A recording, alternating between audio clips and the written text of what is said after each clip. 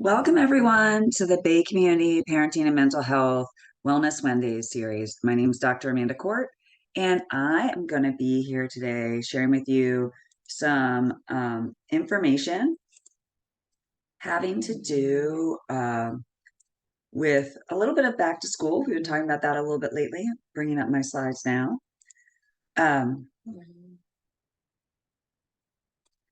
Today, we're going to be talking about communication.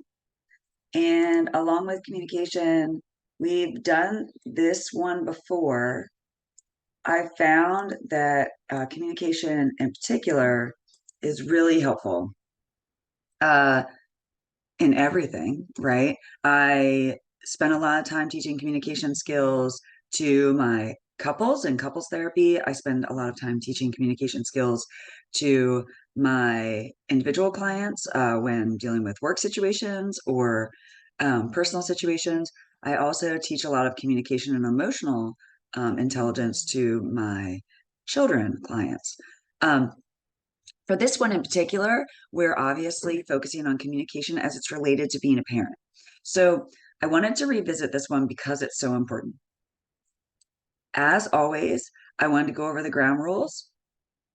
The part that's recorded is the psychoeducation part, and then there'll be some discussion and some questions and answers at the end. Everything we talk about in here is just between us. We want to keep this private. We want to use active listening skills. So please be polite, don't cut other people off, and use inclusive language, right? So we want to be respectful of everyone that's in the room. So let's get started.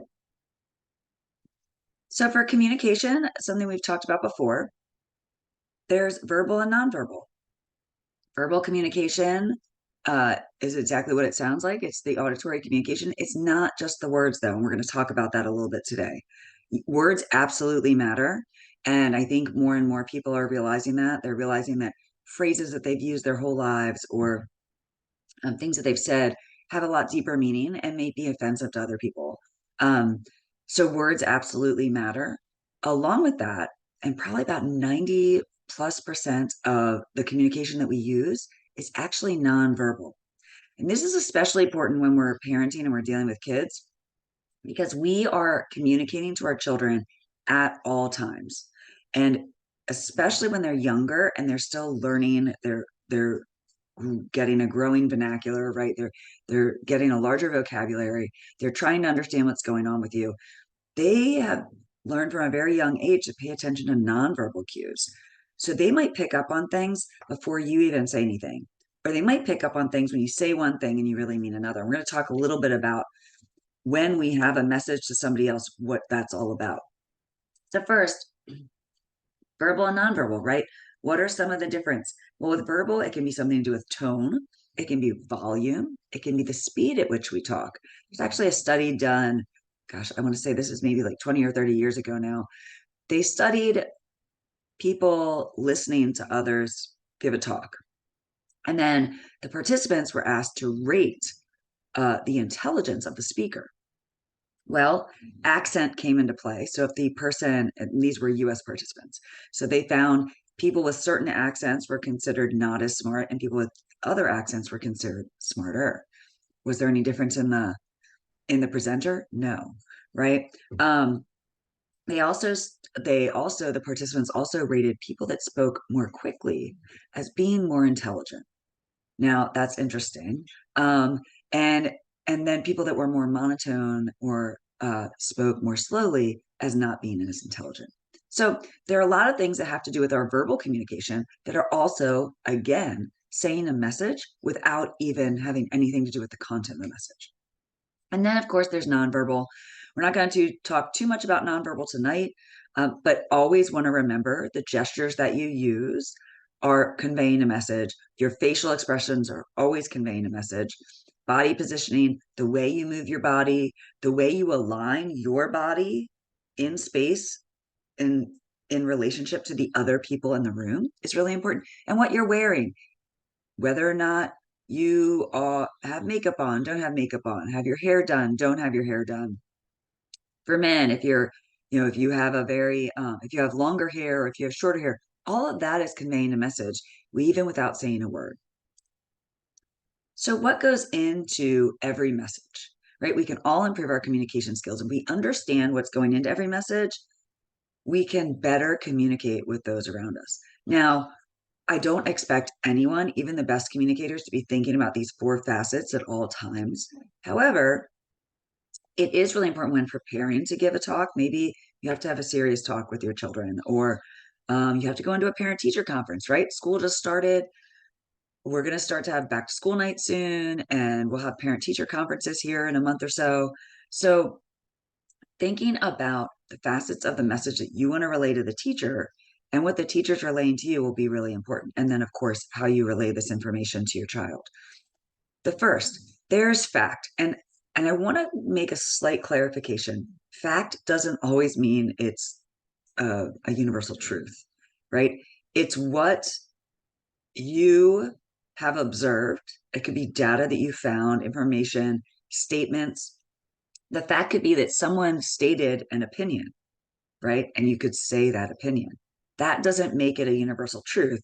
It just makes it a fact as an observation that you've made, right? So we want to make sure we kind of make sure we pay attention to that. Obviously, we've seen that in political and social settings where people have made blanket statements, and that may or may not be true, right? So, really understanding the difference between fact and just a statement, and you're stating what was said as this person said X, that is your truth of what they said. Again, what they're saying may not be what they actually meant to say, or the content might not be the full message. So, just pay attention to that. Self revealing. So, when I'm as the presenter making a statement, I'm giving a message like tonight, right? I'm giving a message. What am I revealing about myself? Well, one thing is that I'm revealing that to me, it really matters how we parent. And I want parents to feel like they have resources to go to because there is no instruction manual when you have a child, right? Um, there are books out there, it's getting better. But often parents feel alone, confused, and exacerbated, right? Completely spent, not sure what to do. Every kid seems a little different. The things that work for your friends' kids don't work with yours. You feel stuck. So we want to keep talking about this stuff. So I'm revealing that I care about this. And as many of you have already recognized, I also am a parent and I'm dealing with all this stuff with you. So we go through this together. The relationship. So when I'm speaking to someone as a sender, when we're speaking to someone, what are we relaying to the other person in terms of our relationship? Certainly, again, with the back to school theme right now, we have the parent child relationship. As a parent, we have a natural power dynamic over the child, right? The child is dependent on us for many of its life's needs right now, he or she's life needs. And so we have a power dynamic because we provide those needs. The, the teacher has a power dynamic over the child for the same reason. And as the child gets older, as we get older students, right, the power dynamic is still there for the teacher. It shifts a little bit though, based on the student caring about what the grade they receive, right? So there's still a relationship there. And that can come across what you think of the person or the type of relationship you respect or value between that other person or not will be relayed in the message. Finally, appeal. This is kind of the need, the request. That's what the appeal makes is all about. When you're giving a message, what do you want to make of this? What do you want to come out of it? So for me presenting this information, I really just want to share all of the things that I've learned through my various schooling, all the research that I've done, personal experiences and experiences that I've had with other clients and patients that help me to better inform others so that as parents, we can collectively raise the tide and hopefully not all make the same mistakes over and over again and create a more mentally healthy environment for our children going forward. So those are the four facets. So keeping those in mind, right? What the information is, what you're revealing about yourself, the relationship with the person you're speaking with, and then what you're trying to get out of it. Those are all in every single message. So let's look at an example. This is an example I gave many weeks ago. It's a parent. The parent walks into the child's room and says, "Your room's a mess." Okay. So when I just said that, you notice a few things. I changed my tone. I changed the volume of my voice a little bit. Might have been a little different if this was in real life. I also I made a statement. It was a judgmental statement, right? What a mess is might be different from one person to the other. I certainly learned that with my husband. Um, and so when we make this statement, what am I conveying? What am I actually trying to get out of this, right? What does the sender feel when I'm making the statement? So, what's the child feel? Well, they might feel judged, they might feel criticized, especially depending on the tone and the volume that I use, right? If I walk in there and I yell it, the child's going to recognize that I'm angry. They're going to assume I'm angry at them. Um, so there's all of this behind that simple 5-word sentence. So that statement might be less about fact and more about an opinion and what I want to get out of it. So what do I want to get out of this? Well, as a parent, I'm probably wanting to get the child to clean their room. So let's take this a step further and figure out how we can shift that a little bit, right? So I walk in and I say, your room's a mess. Now the child feels judged. The child shuts down, right? Because now they're in, fight or flight or freeze mode. And so I'm not getting what I want. Did I actually relay what I wanted? So what I want you to take a moment to think about is an example of where your message that you gave was received differently than what you intended.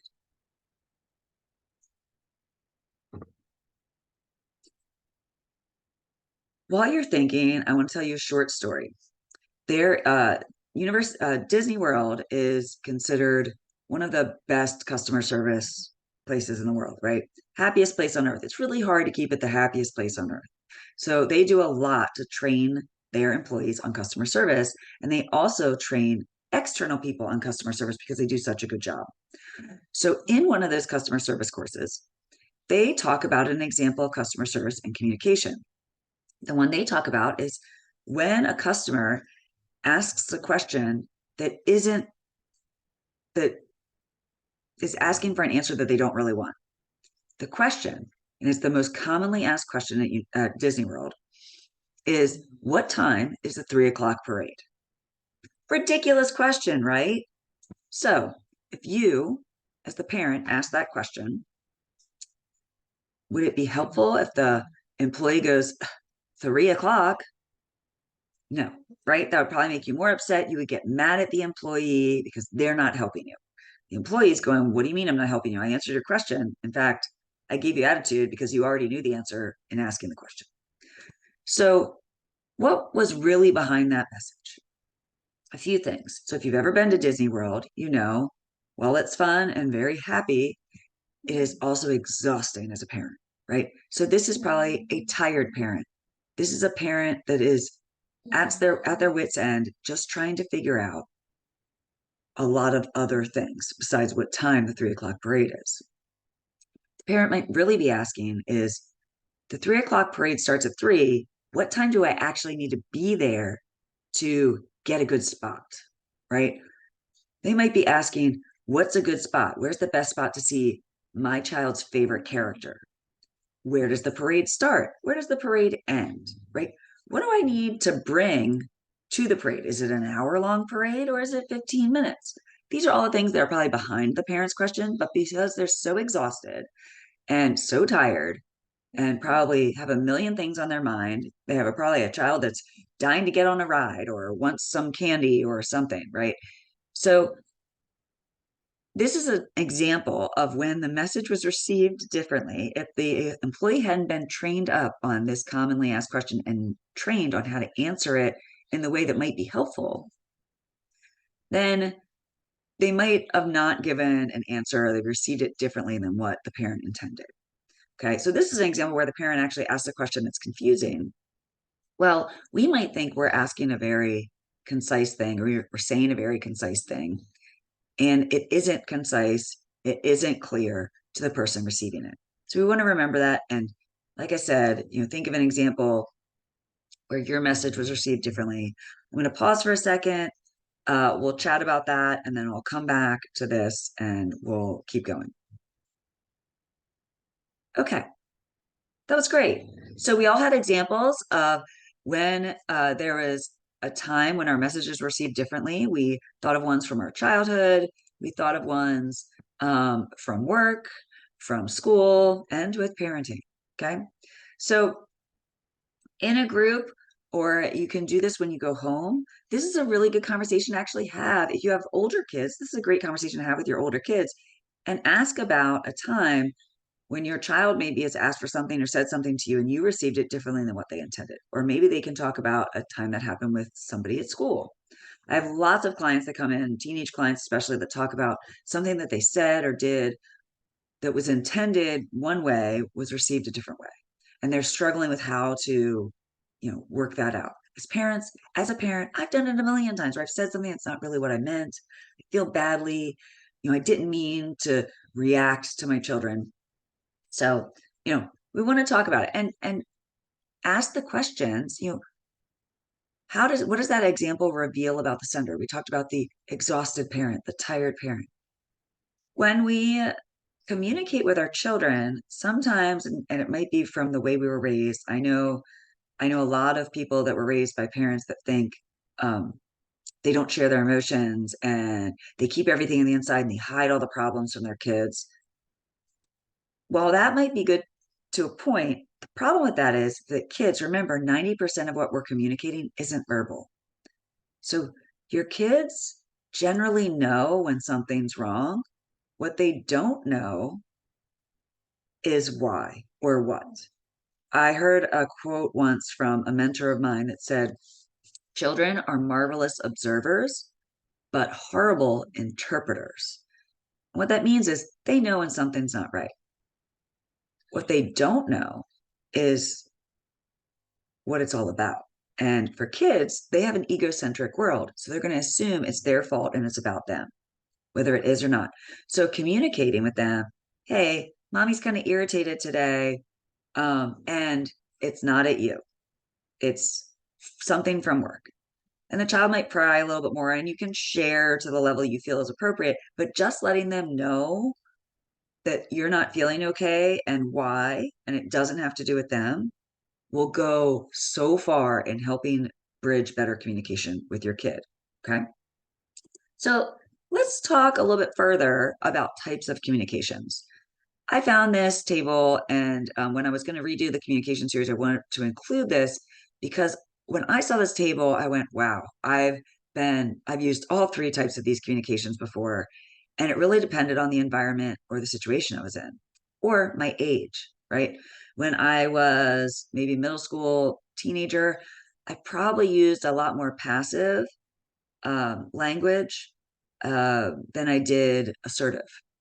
As an adult, a grown adult who is much more confident and comfortable in my own skin, I use a lot of assertive language. And also, that came with a lot of training. I didn't just develop this miraculously. I've been through a lot of school where we spent time going over how to communicate. So, this is another moment to kind of remind parents we have to teach kids how to communicate properly. This is why I'm here. This is why we're working on this and why I want to give this information to you, because I want you to learn how to help your kids learn how to communicate.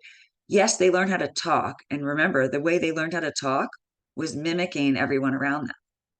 So, guess what? If we are only using passive language or only using aggressive language around our kids, that's what they're going to learn how to use. And when they get in trouble for using aggressive language, for example, it's we recognize that they're getting that from somewhere, right? So if we can take that as a learning moment and then teach them, like, instead of saying, you're not worthy, saying, we're both worthy and we're in this conversation together. Now, that basic thought I don't particularly love. Maybe if we go back to, a different example, whether it's passive aggressive or assertive, if we're saying something about the room, right? And back to the room being a mess. A passive example might be like the parent walking by the room and going, wow, this room's a disaster. And just kind of walking away, right? Quiet tone, eyes not making contact with the child, maybe kind of slumped over, like feeling, oh my gosh, right? Okay. maybe vague in their response, like it's a mess. Oh my God.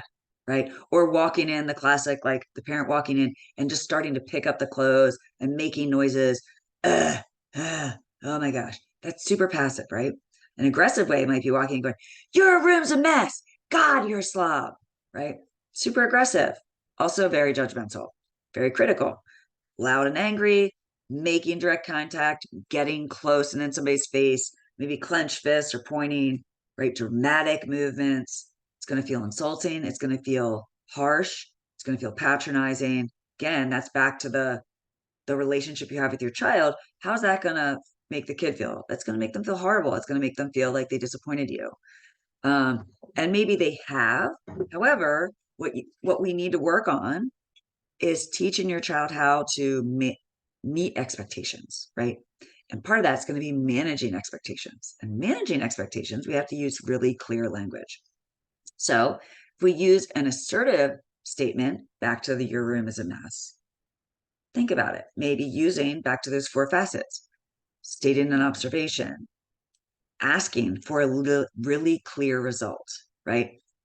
Keeping an even tone and an even volume. Okay. Having a level of relaxation when you're talking about it. You might have to start with stating how you're feeling in the moment. Like, wow, I'm really irritated when I see your room look like this. Instead of being, I'm really irritated, right? You come in with a more even tone. So keeping those different types of communication styles in mind will be really helpful um, when communicating with your children. Okay. So tips for being an assertive communicator and not an aggressive one or a passive one, using the words I. So instead of saying you, right, where you're now projecting or placing blame on someone else, use the word I. Might be good to say, I would like it if, or I feel that. This can be used not just with their kids, with everyone. Okay. And it's really good because you're owning your own emotions and they are yours, right? You can't make somebody feel a certain way. You can do the exact same thing to 2 people and they will feel completely differently about what you did. Okay. We see that all the time, right? We have people watch politicians' speeches and different people take the speech a completely different way.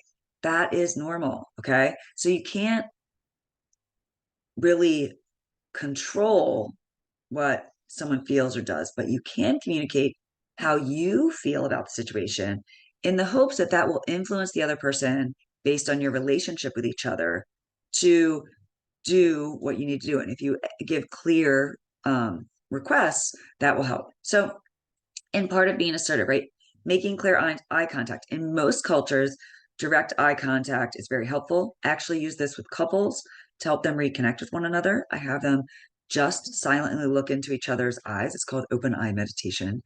And we found that open eye meditation can increase our dopamine levels, which is a happy neurotransmitter. It makes us feel good significantly just by staring into another person's eyes for more than a minute. Avoid ambiguity. So when you're assertive, tell people exactly what you want, right? And to avoid ambiguity, think about the SMART acronym. When we in the business world or the education world, we use SMART objectives. That means that stands for specific, measurable, attainable, relevant, and timely. What does that mean? So be specific about the request that you want. Ensure that it's measurable. Saying clean this up, well, what does clean mean to you? Right? So make sure it's definable. Well, that means that every item of clothing on the floor is put away in its proper drawer. It might mean that all the toys on the floor are put in a toy box, right? So measurable doesn't have to necessarily be, you need 5 toys picked up. If you're talking about dinner, maybe it is 5 bites of food that they don't like, right? That's measurable. It needs to be relevant, right? You can't just say like, oh, you're a slob and walk away. And they don't even know, like, is that relevant to what's going on? Like, what are you talking about? Again, it's ambiguous and it might not be relevant. Timely, give them a timeline. Say, hey, I need this cleaned up by this day or by this time, right? And I add a why. For our kids, they're part of the family unit. Make them feel like part of the team. And part of doing that, and this is part of a change management, right? You always tell people the why, like what's in it for them, right? Maybe they are supposed to go out with a friend later. Well, they get to go out with a friend later if their room's clean. Or maybe you were going to go do something as family, or whatever the case may be. The why is we do it, and the other why might be you lose things a lot. And we can talk about this later, but there's a lot of reasons you add the why. That makes the situation inclusive and brings the other person into it with you. This should go without saying, no swearing, no overt criticism, right? You're a slob. That's not going to be helpful. That's not going to help you get what you need, right? Mocking, sarcasm, while we can be sarcastic, you have to recognize when a child is open to that, and that can come with a lot of practice. It also needs to come with a lot of strong relationship building already being there, right? So if you have a really strong relationship with someone, you can be sarcastic, and it won't be taken the wrong way. Sometimes you can be sarcastic in very shallow situations because there's no, it's not high stakes. But so mocking definitely out.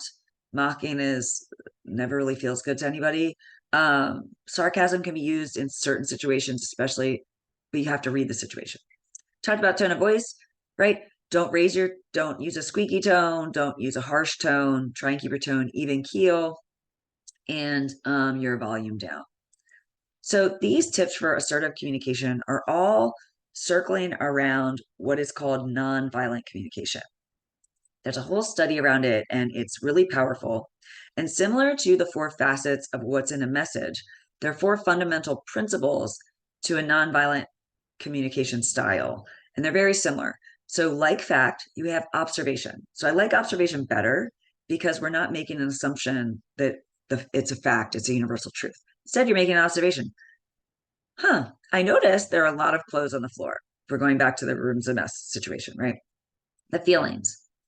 I feel like you don't care about your clothes or your room, or you respect this house when you leave clothes on the floor. Or I feel disrespected because then I have to come in and clean up after you, right? So that's the I statement, and you're stating a feeling. The need. This is the need and the request. Okay, what needs to be done? So that's when you're specific. You give a specific request, and by what time, right? I need this room to be cleaned up. We need to have this room cleaned by 6 o'clock before your friends come over. If that doesn't happen, then I'm going to ask your friends to go home, right? Or I'm not going to invite your friends over again until I know and I can trust that you're going to have your room clean before they show up, right? So there are different ways. Everyone has slightly different parenting styles, but those are some examples of how you can do it without having judgment. Notice the simple shift in, instead of saying this room's a mess, to I noticed there are a lot of clothes and toys on the floor. You went from being really judgy and critical, just stating an observation, and it can really change the way you communicate. So again, I've given some examples of how we can change this room as a mess to a nonviolent form of communication. Definitely helpful. Part of being a nonviolent communicator, you want to make sure you use fact versus valuation, which we talked about before. So this is also another example we can practice with. Instead of saying you're being lazy, right? Maybe your child isn't doing their homework, or they're not cleaning their room, or maybe you're watching them on during a performance and they're not really giving a full effort, or it seems that way. How can you change the statement of like, you're being really lazy right now, to a fact or an observation? Maybe you can change it to, I noticed that you're not completing your chores in a timely manner, right? I noticed that you haven't been cleaning your room lately. It's an I statement and it's an observation, right? As opposed to something else. So instead of saying maybe a timely manner, I noticed you haven't been cleaning your room by 6 o'clock on Fridays. Then that opens the dialogue with you and your child.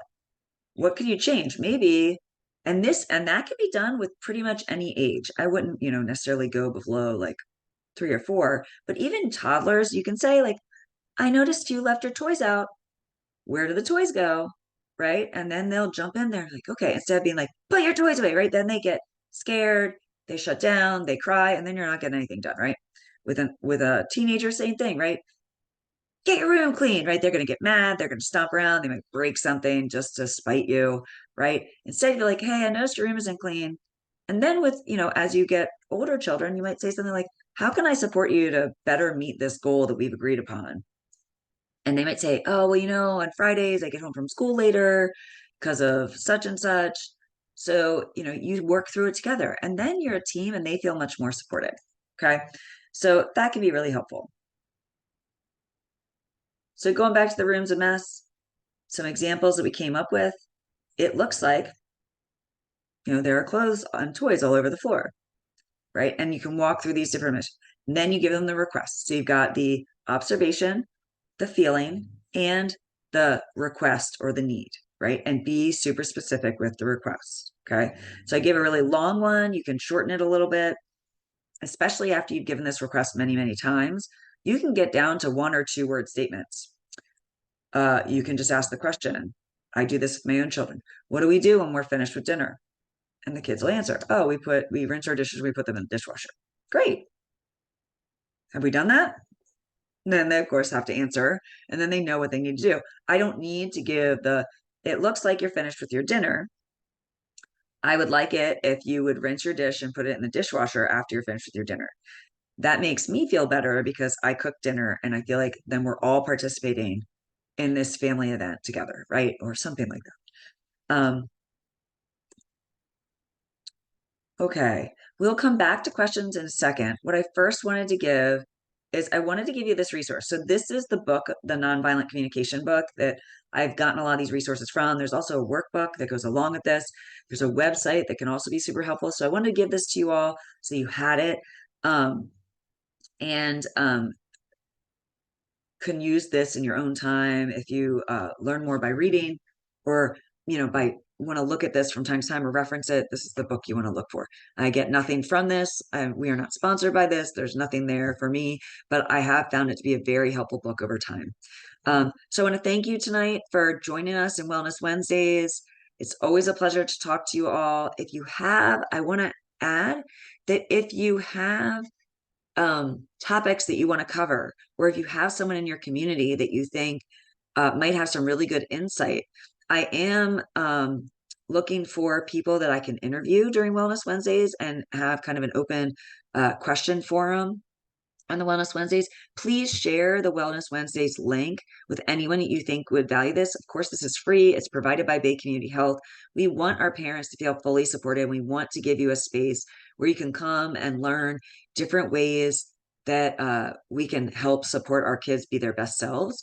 And I don't have all the answers. So the more of us that join these, the more ideas you come with, and the more that we have in the discussion session, which will start right after this, the better answers we'll get. And I can reshare those as things that we've learned over time. So I encourage you all to come back. It was great to see you.